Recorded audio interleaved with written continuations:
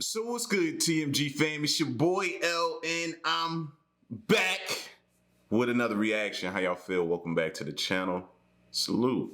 Now, y'all know me.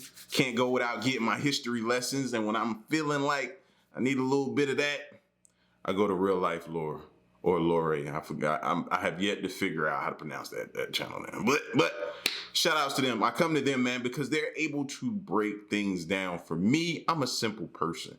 And I like for my information to be that same way. That's how I digest it. If it's simple, I can digest it. So, maybe that was my problem in school, or maybe it was the girls. I wasn't focused. I don't know. But it seems like these days, maybe if I'd have had that type of learning, the way somebody breaks it down in simplest form, I might have done better in school, got better grades. Who knows? But all of that's in the past, spilled milk, whatever you want to call it. We here now. And this video here says it's how this one picture explains all of history. Now, that's a bold statement. Bold statement, Cotton. We're gonna see how they break it down, and they're good at it. So it's your boy L. Make sure y'all hit the like button. Make sure you subscribe if you're new. And let's check this out. I already got it queued up. Here we go. Or you've probably seen a map of the world before that looks a lot like this. A map of the world's 195 mostly recognized countries. These maps show the arbitrary lines created by humans over the centuries that divide us. They show the boundaries of nations and the locations of cities, and over the past several decades, this map has rarely changed. The last time that it formally did so was more than a decade ago in July of 2011, when South Sudan was born as the world's most recent country. Every political map of the world produced in the decades since that date has largely remained static and unchanged. And as a result, if these are the only kinds of maps that you've ever been looking at, you would have failed to notice the true enormous and unprecedented rate of changes that have been taking place all across the globe over the past 10 years. And in order to see that change more clearly, you've got to switch to a different map showing our planet at night. This is the Black Marble. A beautiful map created by researchers at NASA using thousands of separate composite images. I've never seen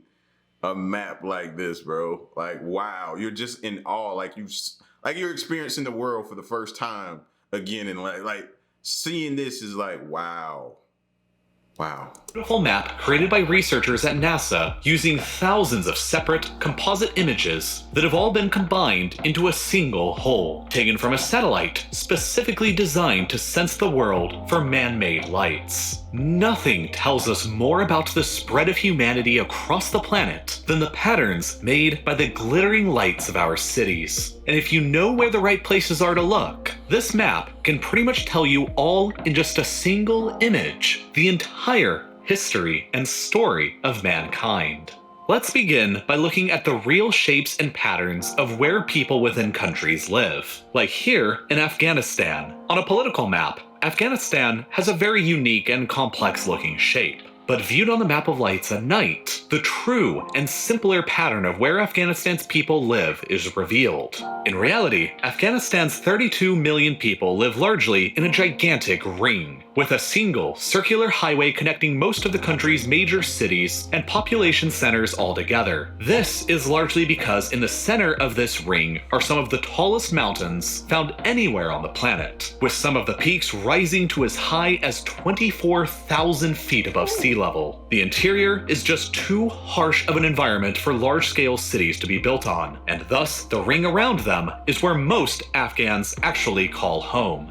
Strangely, the most comparable pattern of civilization to Afghanistan's ring of people can be found across the world over in the Atlantic on Iceland. Similar to Afghanistan, the center of Iceland is full of highlands and harsh, cold, rugged terrain that isn't ideal for founding large-scale settlements on. Meanwhile, I instantly get cold just looking at that. While the island's coast has warmer temperatures and provides easier access to fishing and trade. And so, as a result, Iceland's 366,000 people live largely largely in a ring around the island's interior along the coast, and about half of them live in the bright, glowing dot of the capital city, Reykjavik. Let's now take a look at another fascinating population pattern by traveling across the world again to the South American continent and focusing here over central Argentina. During the daytime, you'd barely notice any signs of human settlements here at all, and might even think that you're looking at an abandoned part of the world. But flip the switch to night, and the story looks very different indeed.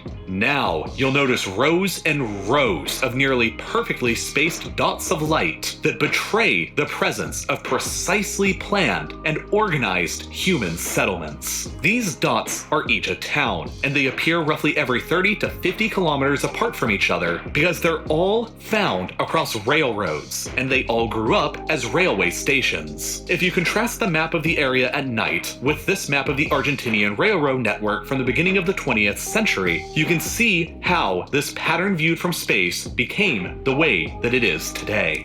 Look like it started and branched out each way here, then got here, comfortable, then branched out, here, then got comfortable, branched out, here, then it continued to like. That's crazy how you see this stuff now. If you look over here, you can see where a lot of this congestion is, which is right here. That's crazy. That's crazy. I gotta know, have any of y'all seen this map ever placed like this? Ever seen this? I've never seen this. Over in Russia, a similar pattern can be viewed by the continuous chain of lights spanning from Moscow across thousands of kilometers to the east through Asia. These sparkling lights of Russian civilization across Eurasia trace the Trans-Siberian Railway, the longest railway line in the world that connects Moscow in the west with Vladivostok in the east, over a distance of more than 9,000 kilometers. And in between the two cities, the vast railway system connects hundreds of Russian towns across Eurasia that are easily spotted in the darkness. The initial railway was constructed and finished during the Tsarist times in 1916, and has been almost continuously expanded upon from there ever since. Today, the rails extend from Russia into Mongolia, China, and North Korea, and later on this century, there are even plans to connect Tokyo and Japan to the network via a series of bridges from Honshu to Hokkaido, from Hokkaido to Sakhalin, and from Sakhalin to the Asian mainland. One of the most fascinating areas of the world to focus over at night is Australia. Of course, the lights of Australian civilization are small for such a massive area of land, relegated almost entirely to the more habitable and easier to live on East Coast. The city of Perth, seen right here in the west, is the most isolated major city of over 2 million people anywhere in the world, and it's so much easier to see how that's the case on this map. The nearest other significant city with a population of more than 100,000 people is Adelaide over here, and that's 2,100 kilometers away. The 70% of Australia in between the lights of cities is covered by the outback desert, vast and inhospitable and nearly empty of people, save for this small speck of... I've always heard Australia can kill you in so many different ways, man. So hearing that desert is in between, what lies in between all these lights that surround the borders and stuff like that, it just lets me know, man, that's where it's deadly at. That's what it's thinking in my mind. Deadly, deadly, deadly. Light directly in the continent's center. This is the town of Alice Springs, population of 26,000 people, and directly next to Alice Springs is Pine Gap, a joint United States-Australian intelligence base that is run by the CIA and the NSA with more than 800 employees. Read that sign? No through road. Run by the Joint Defense Facility, Pine Gap, official entry only. No photography from this point on. Turn around now. CIA and the NSA with more than 800 employees. The reason why the CIA and the NSA have a base in the middle of the Australian outback is because of its prime geographic significance. The base here controls and operates American spy satellites as they pass over this third of the globe, including China, North Korea, the Asian part of Russia, and the Middle East. Theoretically, the base that controls all of them could have been placed anywhere here, but the dead center of the Australian continent was chosen as the singular best location for it because it's thousands of kilometers away from the ocean in every direction, in the middle of nowhere, inside of a very friendly country, and as a result, the location is simply far too remote and inland for enemy ships passing in international waters nearby to intercept any of the signals. And thus, that's why you have a lone, isolated dot of light in the middle of a sea of darkness in Australia. Meanwhile, the United States itself has a very interesting population pattern as well, revealed by the presence, or in this case, the absence of lights. You'll notice that America is divided between two halves of roughly equal size. The East, a bastion of bright lights, and the West, an archipelago of bright islands scattered across a sea of darkness. And the line that separates the two sides flows almost perfectly straight just to the west of San Antonio, Austin, Fort Worth, Oklahoma City, Wichita, Omaha, Sioux Falls, and Fargo. This line largely follows the 100th meridian line of longitude, and it still largely marks to this day, in the 21st century, the beginning of the American western frontier, with... Look at that. Yo, look at the East compared to the West, bro. Gosh. I can see where Georgia, and I can see that big, huge dot looking at Atlanta. Look at Florida, all down each coast. Look at there. You can tell where Jacksonville is, where Miami is on the west, where Tampa is for Florida, on up the coast. Look at that. Look at New York. Goodness gracious. Fam. Like, this is crazy. This is crazy.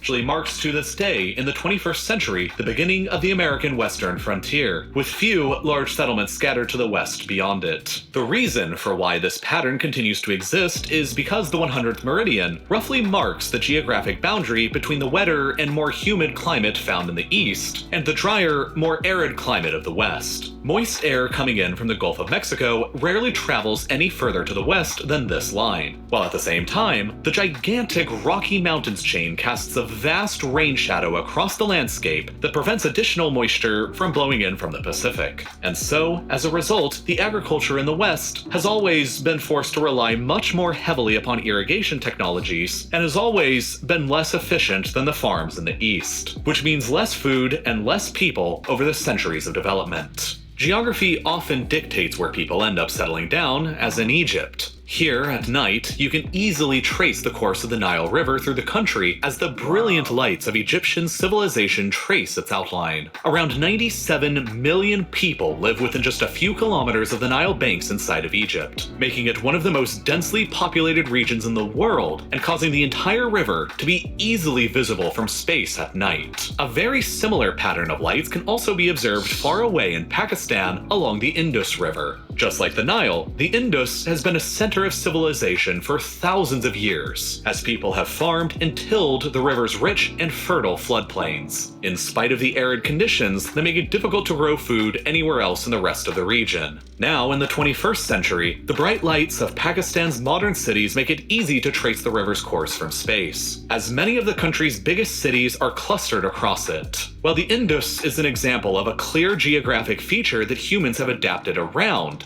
this wavy line of lights directly nearby to the east is the exact opposite. This is actually the international border that divides Pakistan from India, an arbitrary line that was created by the British when they divided the two countries and granted them both independence more than 70 years ago. Without any mountains or rivers to mark the border during the day, back then, this line only existed on papers, on maps, and within minds. But now, in the 21st century, it can be clearly seen from space and is very real. Because India and Pakistan are bitter geopolitical rivals who have fought 4 wars against each other in the past few decades, India, citing security reasons, opted to install thousands of kilometers of floodlights across the entire length of the border to keep it all well illuminated at night, which makes it perhaps the easiest and the most obvious artificial, man-made creation to spot from space. Meanwhile, within India, it's really the change in lights over time that have been the most fascinating. Back in the year 2000, only about about 60% of the Indian population had any access to electricity. By 2012, that number had increased to about 80%, but that still meant that 20% of India, or about 253 million people, still had no access to electricity. As a result, the nighttime map of India at the time looked a lot like this. But 2014 saw the election of Prime Minister Narendra Modi, who ran on a campaign promise of bringing electricity to every village in India. Thus, by 2016,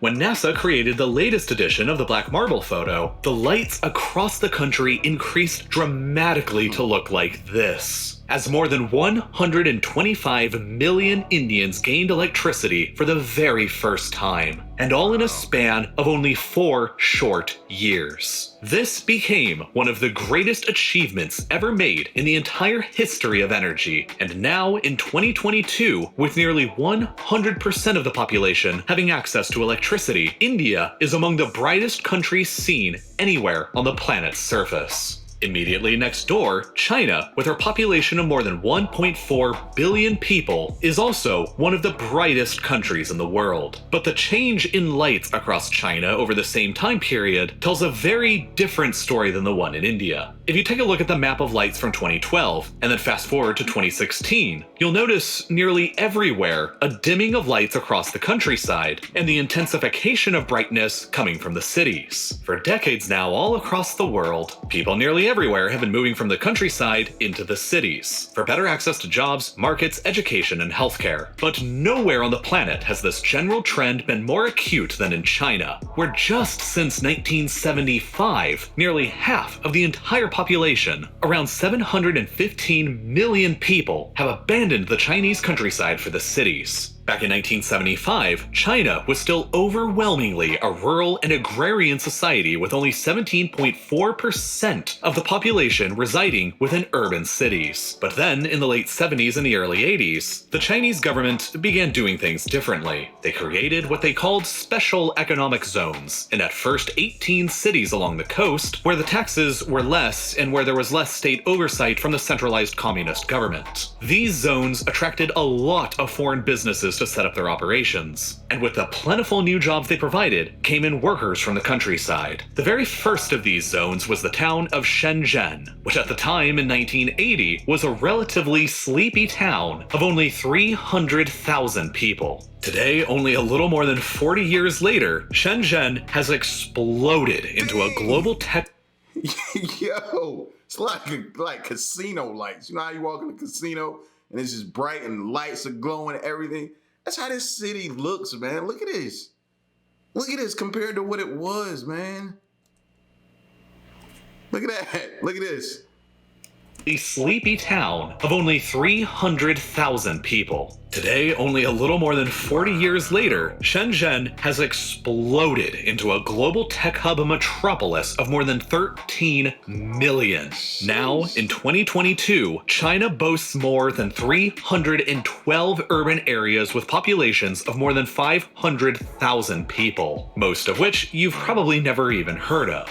For comparison, the United States has only 96 of these large urban areas, meaning that there are today vastly more urban Chinese people living in cities than Americans, which was not at all the case back in 1975. The change in lights across China in the 4 years between 2012 and 2016 shows this greater historical trend very clearly. In just that short time frame, more than 81 million people, about the population of Germany, left the Chinese countryside and moved into the cities. The brightest of all these areas and the brightest single spot anywhere on the Earth's surface is right here, the Pearl River Delta, a conglomeration of close-by cities like Hong Kong, Shenzhen, Guangzhou, and Zhuhai that, if considered a single urban metropolitan area, would be the largest anywhere in the world, with a population of about 70 million people. In other words, half of the population of Russia all living together in a single, small, intensely bright metropolis. Ever since the year 1879, when the light bulb was first patented by Thomas Edison, the globe has been growing brighter and brighter with every passing year from space, as more and more of humanity has come online and gained access to electricity. Today, more than 90%. Like that whole visual they just gave us looked like it was,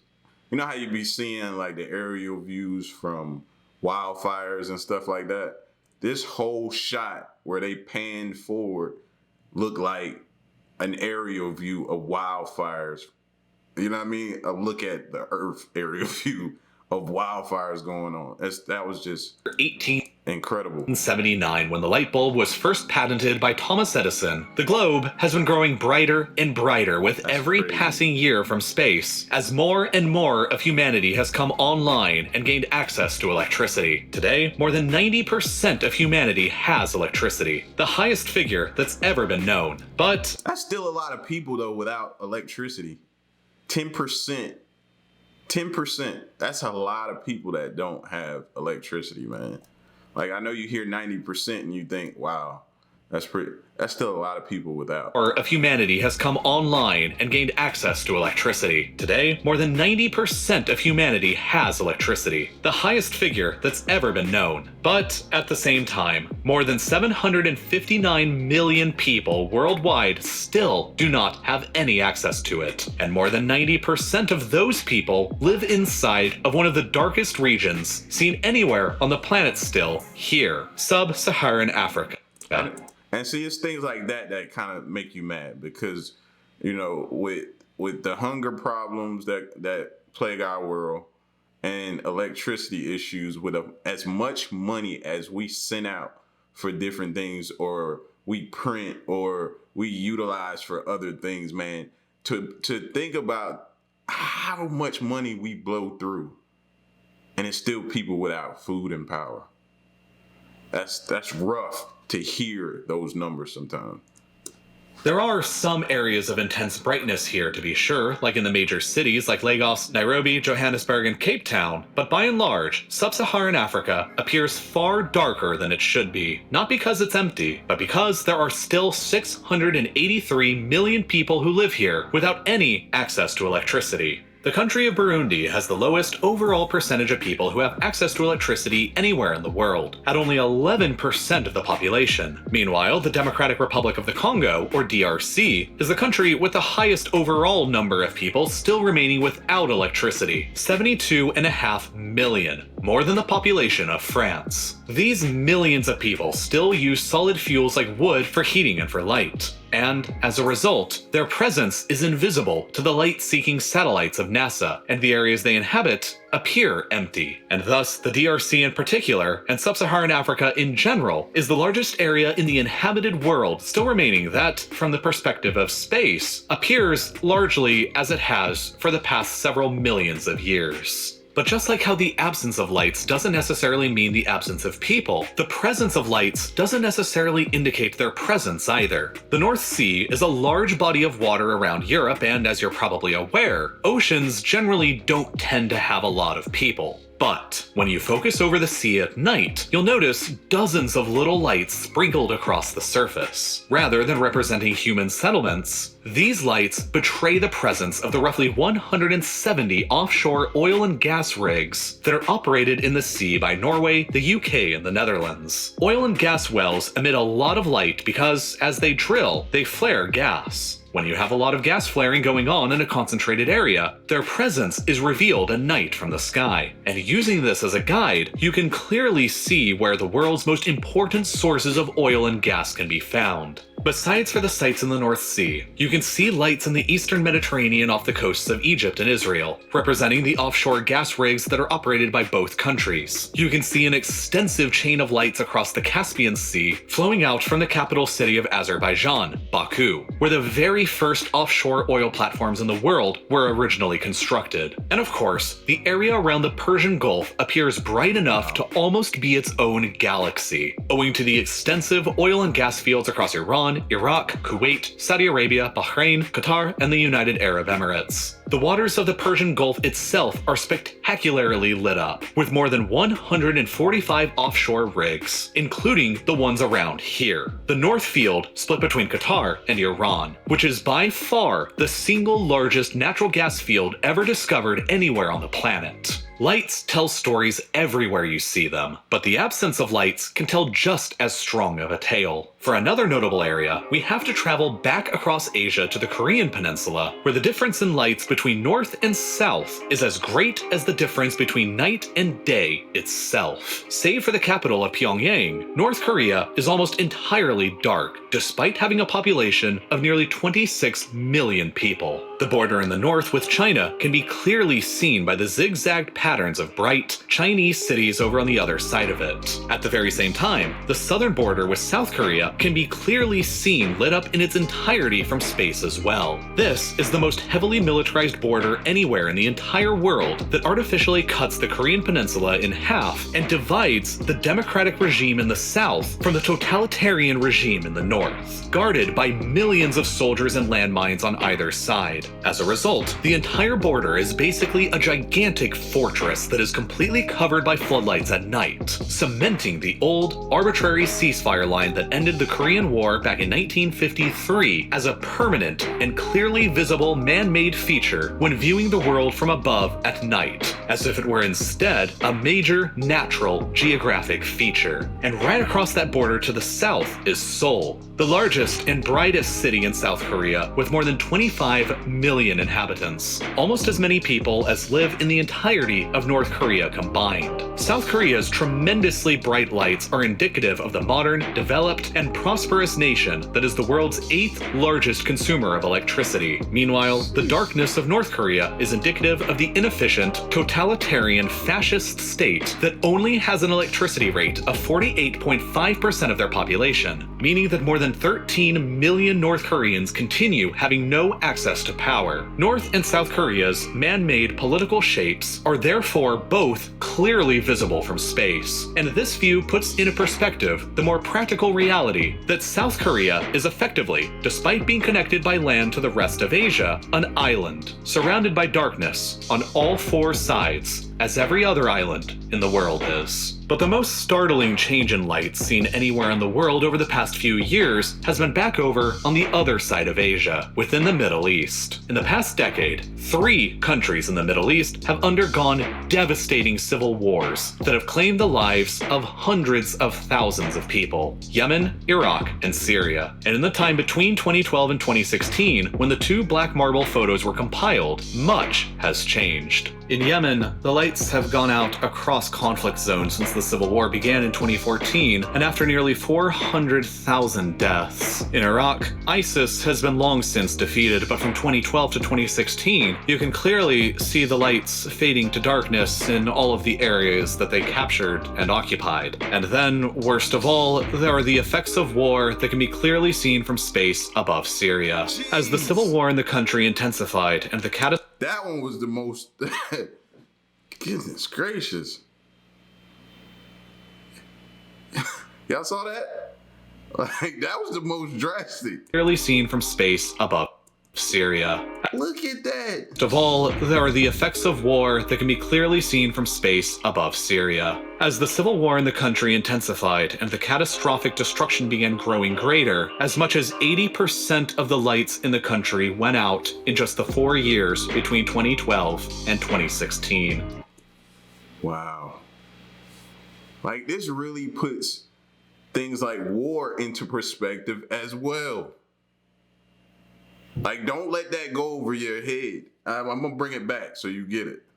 Clearly seen from space above Syria. As the civil war in the country intensified and the catastrophic destruction began growing greater, as much as 80% of the lights in the country went out in just the 4 years between 2012 and 2016. The most significant changes of all came around the city of Aleppo, the largest city inside of Syria and one of the oldest continuously inhabited cities in the world. As the 4 years between 2012 and 2016 went by, the lights across the city went out. And that tells us a very, very grim story. For in those 4 years, one of the most important, devastating, brutal, and catastrophic battles of the entire 21st century was fought. As Syrian government and Syrian rebel armies clashed, the city was put under siege, and the war of attrition that followed resembled the Battle of Stalingrad from the Second World War. Both sides deployed chemical weapons within the city against the other. The Syrian government committed indiscriminate attacks using devastatingly destructive barrel bombs. The Russian Air Force got involved with their own airstrikes, and rampant war crimes were committed almost continuously. After 4 years of fighting, the horrific battle that took place here transformed into one of the longest sieges in modern warfare, and one of the bloodiest battles of the 21st century, with tens of thousands of lives that were lost, with an overwhelming amount of them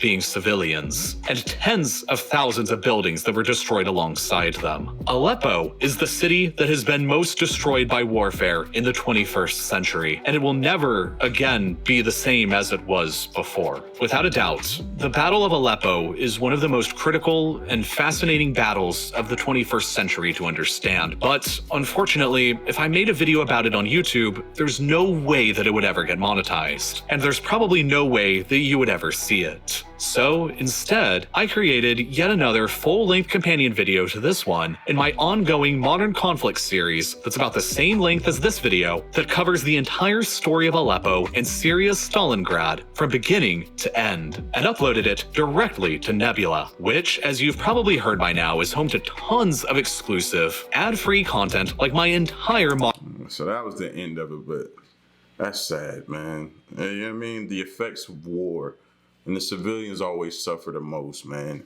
And it's sad. It hurts. It's terrible. You saw those views. You saw what was going down. People they